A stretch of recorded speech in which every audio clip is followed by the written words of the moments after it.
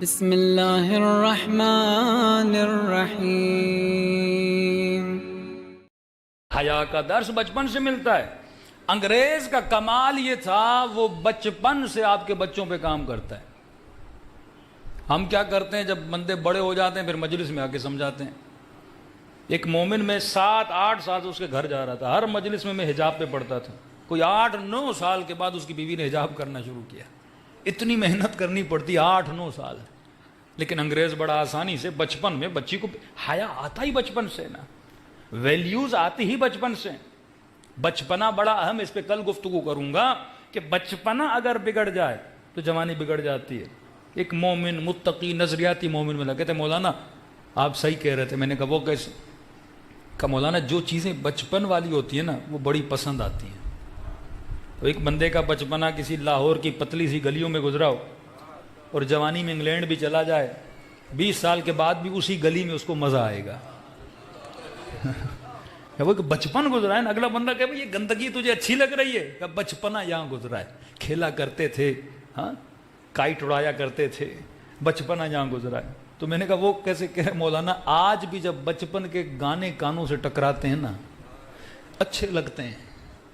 کہہ رہے جانتا ہوں حرام ہے، آج نہیں سنتا۔ آپ کہہ رہے 20-25 سالوں کے گانوں کو چھوڑے ہوئے، لیکن وہ گانا جو بچپن میں سنا تھا آج بھی کانوں میں اس کی آواز آتی ہے نا تو تھوڑا سرور آتا ہے۔ میں نے کہا یہ بچپن ہے نا، بچپن علی والا ہو۔ بچپن اگر ام البنین کی گود میں گزرے پھر جا کے بچے عباس بنتے ہیں۔ یہ بڑا اثر ہوتا ہے بچپن کا۔ اگر بندے کا بچپن بگڑ جائے تو انگریز بڑی آسانی سے آپ کا بچپنا آ کے بگاڑتا ہے۔ تو برینڈز کپڑے بناتے ہیں۔ آپ چھوٹے بچے کے کپڑے لینے جاؤ، میں ایران کی بات کر رہا ہوں، اپنی بچی کے لیے کچھ نہ ہو تو میں نے 4-5 مال مشہد کے ڈھونڈ مارے، کوئی ڈھنگ کے کپڑے مجھے نہیں ملے۔ ایران کی بات کر رہا ہوں، کیونکہ وہ لباس پہ اتنا کنٹرول کر لیتے ہیں، درزی نہیں ہے نا، دوسرے سستی چیز ہے، چائنا کی چیز آ گئی، یا بندہ کہے کپڑا خریدے درزی کے پاس جائے سلو۔ دین کے لیے محنت کرنی پڑتی ہے، جب تک محنت نہیں کرو گے تب تک اللہ صلاح نہیں دیتا۔ تو برینڈز جب بن جاتے ہیں تو کیا ہوتا ہے، کپڑے وہ خود بناتے ہیں، ڈیزائن وہ کرتے ہیں۔ اب اسی طرح جب بڑے لوگ پینٹس لینے جاتے ہیں، شرٹس لینے جاتے ہیں، ڈیزائنر کون ہے؟ وہ خود ہے، جیسا ڈیزائن چاہے گا عطا کرے۔ لیکن شکر خدا کریں آپ کے پاکستان میں آج بھی درزی موجود ہیں۔ جب درزی ہوگا تو کپڑا آپ خود خریدو گے، سائز آپ خود دو گے، دکان سے جب کپڑا لینے جاؤ گے چیک کرو گے، باریک تو نہیں ہے، موٹا کپڑا لوگے، ایسا کپڑا جس سے جسم نظر نہ آئے۔ تو اس طرح سے آپ کا حیا کیا ہوتا ہے؟ بچ جاتا ہے، لیکن بڑی آسانی سے۔ دوسرا کلو آپ کو یہ دے دوں کہ انسان جو دیکھتا ہے وہ اس کا فیشن بن جاتا ہے۔ آپ وقفوں کو چیک کریے، صرف ٹی وی دیکھیے مت، اس پہ سوچئے کہ وہ کس طریقے سے آپ کی نسلوں کو، یہ تو پاکستان کی اسٹیٹ کا کام ہے نا کہ ان چیزوں کو چیک کریں، حکومت کا کام ہے ان چیزوں کو چیک کیا جائے کہ بھائی ہماری نسلوں کو بہترین کلچر ہے، اس کلچر کو تباہ کیا جا رہا ہے۔ وزیر اعظم یہ بولے پاکستانی کلچر کو پروموٹ کرو، اور آپ کے ہر وقفے میں، آپ مشہور وقفے جتنے بھی دیکھیں، کوک کے وقفے دیکھیں، جتنی فورن کمپنیز ہیں، وہ صابن کی ہوں، وہ شیمپو کی ہوں، وہ پیپسی کی ہوں، وہ کوک کی ہوں، جتنی بھی کمپنی ہیں، اس وقفے میں جو خواتین آتی ہیں ایک بھی پاکستانی کپڑے نہیں پہنتی، ویسٹرن کپڑے پہنے جاتے ہیں۔ حالانکہ یہ جو بولا جاتا ہے کہ پاکستان کا جو بالکل مٹھی برابر ایک طبقہ ہے، مٹھی میں آنے والا، بہت زیادہ یہ لبرل سوچ والی خواتین ہوں گی تو یہ پاکستان کو اکثریت میں شامل نہیں ہوتی، یعنی آٹے میں نمک کے برابر ہے۔ لیکن یہ نمک جو آٹے میں نمک کے برابر ہے، یہ نمک اور اس نمک کی سوچ پورے پاکستان پہ حاوی ہے، کیونکہ میڈیا ان کے پاس ہے۔ دشمن چند چیزوں کو کنٹرول میں رکھتا ہے، آپ کا میڈیا کوشش کرتا ہے کنٹرول میں رہے، اس کے بعد آپ کا ایجوکیشن جو سیکٹر ہے اس کو بھی کنٹرول کرتا ہے۔ اب ظاہر ہے ہر بندہ کہے گا میرا بچہ اچھے سے اچھے اسکول میں پڑھے، کوئی کہے گا بیکن میں پڑھے، کوئی کہے گا سٹی میں پڑھے، انگلش میڈیم اسکول میں پڑھے، بچہ اے لیول اور او لیول پڑھے۔ ظاہر پڑھائی بھی ضروری ہے، انگلش میڈیم کا ہونا بھی ضروری ہے۔ اب ان اسکولوں میں جب آپ کے بچے جاتے ہیں، آپ ان کے ٹیچرز کا حلیہ دیکھیں، جو بچے کو پڑھانے والی ٹیچر ہے اس کی ڈریسنگ دیکھیں، پوری ویسٹرن۔ اب سنا ہے کوئی قانون پاس کر رہے ہیں حکومت کہ ان کی ڈریسنگ اچھی کی جائے، بہت اچھا قانون ہے، اس کو پروموٹ بھی کیا جائے۔ لیکن یہ لاہور کی آپ ایک مثال دیتے ہیں، یہ جتنی فیمنزم تھی پہلے دن نکلی 10 پھر 20 پھر 25 پھر 26 اب بڑھتے بڑھتے 400 میں 500 میں بدل گئیں. یہ مولا علی کا جملہ یاد رکھنا کہ باطل جتنا اپنے باطل پہ ڈٹا ہوا ہے تو اپنے حق پہ کیوں نہیں ڈٹ جاتا اتنا؟ باطل ڈٹا ہوا ہے نا.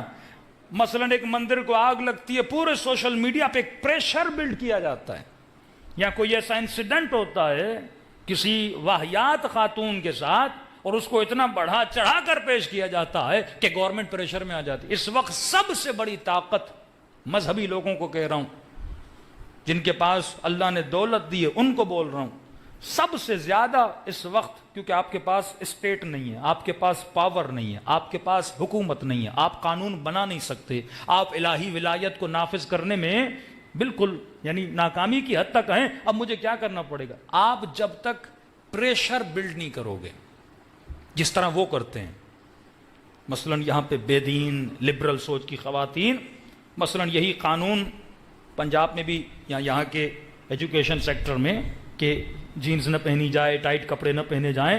میں اس دن انٹرویو سن رہا تھا, ایک اینکر تھی جو بالکل اسی لبرل سوچ کی ہیں اور کوئی پڑھی لکھی بھی نہیں ہے, لیکن ایسے ایسے ان پڑھ لوگوں کو جن کا بیک گراؤنڈ کوئی ایجوکیشن سے بھی زیادہ وابستہ نہیں ہے, اور صرف ان کی ڈریسنگ آپ دیکھیں, ان کو بڑے بڑے شوز اور بڑے بڑے پروگرام دیے جاتے ہیں, کیونکہ ایسے پپٹس ان کی ہونا میڈیا میں ضروری ہیں. اب ظاہر ہے ایک ARY پہ یا کسی بڑے چینل پہ اگر وہ آ جائے, ظاہر کروڑوں پاکستانی اسے دیکھ رہے ہیں, خواتین دیکھ رہی ہیں, آپ کا بچہ دیکھ رہا ہے, آپ کی بچی دیکھ رہی ہے, وہ آہستہ ان کی سوچوں کو کیا کرے گی؟ آہستہ آہستہ یہ زہر ڈال کے ان کی سوچوں کو بدل دے گی.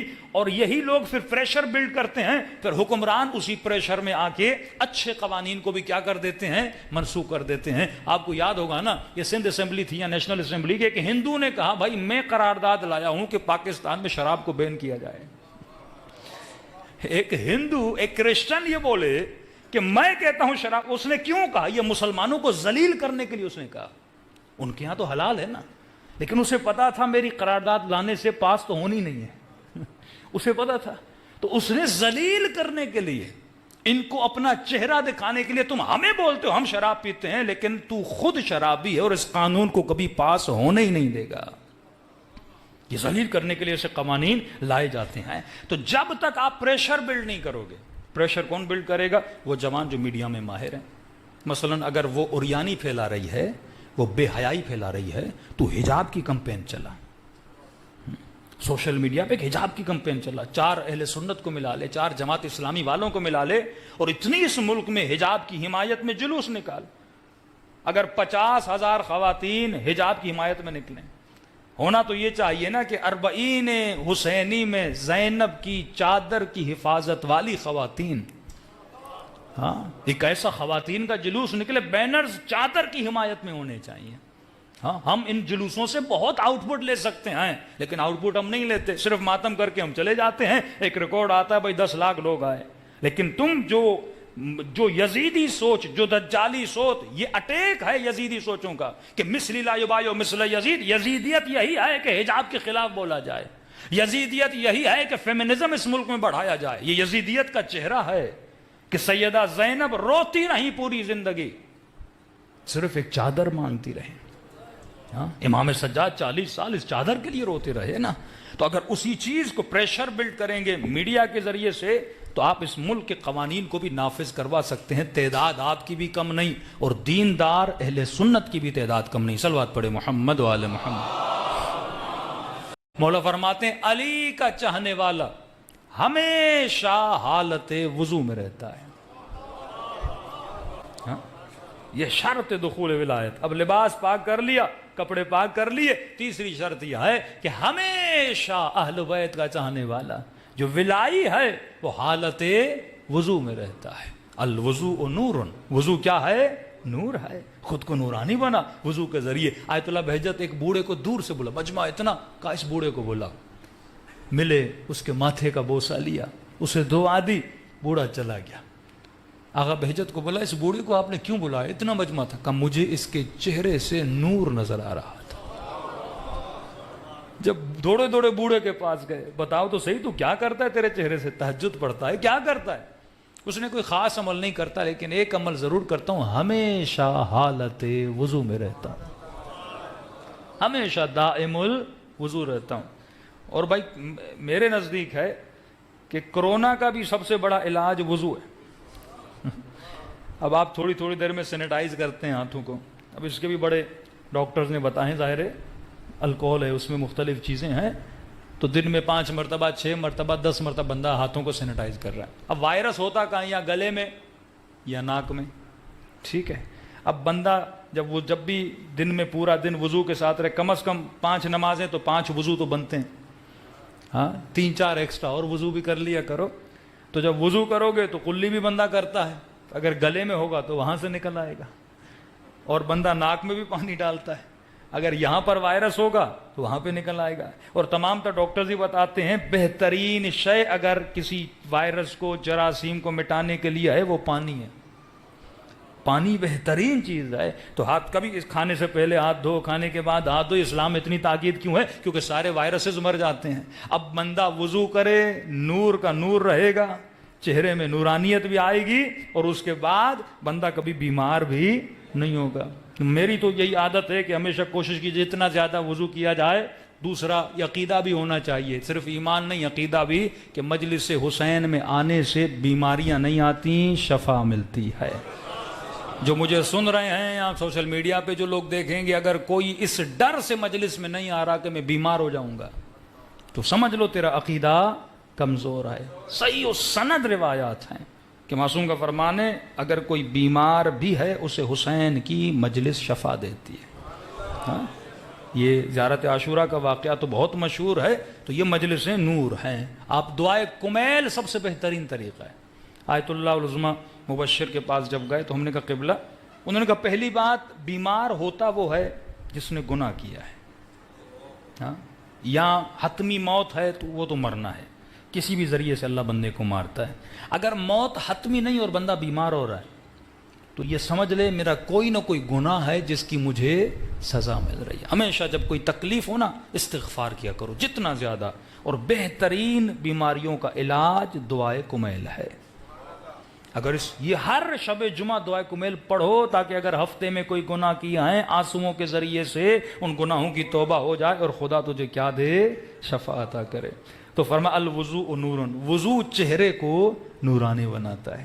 خواتین کے لیے ایک جملہ بولوں، کتنی کریمیں لیتی ہیں، شوہر کا بھی نقصان، ہاں کھال کا بھی نقصان کہ رنگ وہ ہو جائے، سفید ہو جائے. لیکن یاد رکھو جب وضو کرو گی تو چہرہ خود بخود نورانی بن جائے گا. ہاں اور جب چہرہ نورانی بن جاتا ہے تو خدا شوہر کے دل میں محبت کو بھی ویسے ہی ڈال دیتا ہے. ہاں تو نہ تعویذ کے چکر میں پڑھنے کی ضرورت ہے، نہ کریم کے چکر میں جانے کی ضرورت ہے. 40 دن آزما کے دیکھو، دن میں 5-6 مرتبہ وضو کرو. وضو کی دعا بھی ہے نا، اللہم بیض وجہی یوم تسود الوجوہ، اے خدا میرے چہرے کو اس دن سفید کرنا جس دن چہرے کالے ہو جائیں گے. ہاں یہ دعائے وضو ہے. جب وضو کرتے ہوئے تو اتنے اچھے اعمال معصومین نے دیے ہوئے ہیں، لیکن بندہ ان اعمال سے دور ہے. کل انشاءاللہ حدیث قدسی بھی سناؤں گا کہ پھر وضو کے فائدے کتنے ہیں. جناب سلمان کے لیے مشہور ہے نا، لوگوں نے کہا مولا سلمان جھوٹ بولنے لگے. امام نے کہا سلمان منا اہل البیت ہے، کبھی جھوٹ نہیں بولتا، نہ جھوٹ اس کے قریب جاتا ہے. کہا نہیں مولا خود کہتا ہے پوری رات عبادت کرتا ہوں، لیکن مولا آنکھوں سے دیکھا سوتا رہتا ہے. امام نے سلمان کو کہا ان کو جواب دے. کہا مولا آپ نے ہی کہا تھا جو وضو کر کے سوئے گویا پوری رات عبادت میں مشغول رہتا ہے. ہاں تو بہترین چیزیں معصومین نے بتائی ہوئی ہیں. چہرہ نورانی، کشش آتی ہے. چہرہ نورانی نہ بھی ہو نا، کشش ڈالتا ہے خدا، لوگ پسند کرنے لگتے ہیں. اگر تو محبوب خدا بن جاتا ہے، محبوب خلق خدا بھی بن جاتا ہے. اس دل میں خدا کو لا، خدا تیری محبت لوگوں کے دلوں میں ڈال دیتا ہے. ہاں اسی طرح جب بندہ متقی، امام خمینی کو جب یہ لوگ گرفتار کرنے گئے تو شاہ کے سپاہی بولتے ہیں جب خمینی کے ہاتھوں میں ہتکڑیاں ڈال رہے تھے تو ہاتھ ہمارے کانپ رہے تھے. گرفتار اسے کرنے گئے تھے. تو جس کے دل میں اللہ کا خوف ہو، خدا اس کا خوف لوگوں کے دلوں میں ڈال دیتا ہے. اگر یہ ہمارے حکمران اللہ کا خوف رکھتے، دنیا ان سے ڈرتی جس طرح دنیا ڈرتی ہے شیعوں سے. ہاں ایک بچہ، چھوٹا سا بچہ مجمع کو چیرتا ہوا آگے بڑھتا ہے. آیت اللہ خامنئی بیٹھے ہوئے تھے. ہاں یہ آپ کے لیڈرز ہیں، نورانی لیڈرز آگے بڑھے. اور خامنئی سے چھوٹے سے بچے نے ایک سوال کیا کہ آغا خامنئی یہ بتائیے دنیا اتنا آپ سے ڈرتی کیوں ہے؟ دنیا آپ سے اتنا ڈرتی کیوں ہے؟ اگر ہوتا کوئی دنیا کا حکمراں تو بولتا بھائی کیونکہ ہمارے پاس بڑی بڑی رینج والے میزائل ہیں، ہاں ہمارے پاس بسیج ہے، ہمارے پاس سپاہ ہے، ہمارے پاس امام رضا ہے، ہمارے پاس معصومہ قم ہیں. کچھ بھی نہیں کہا. ایک وہ جواب دیا جو علی مرتضیٰ والا جواب تھا کہ آغا خامنئی دنیا کے بڑے بڑے بت آپ سے کیوں ڈرتے ہیں؟ بڑی بڑے ممالک آپ سے کیوں ڈرتے ہیں؟ انہوں نے کہا میرے لال دنیا والے ہم سے اس لیے ڈرتے ہیں کیونکہ ہم خدا سے ڈرتے ہیں.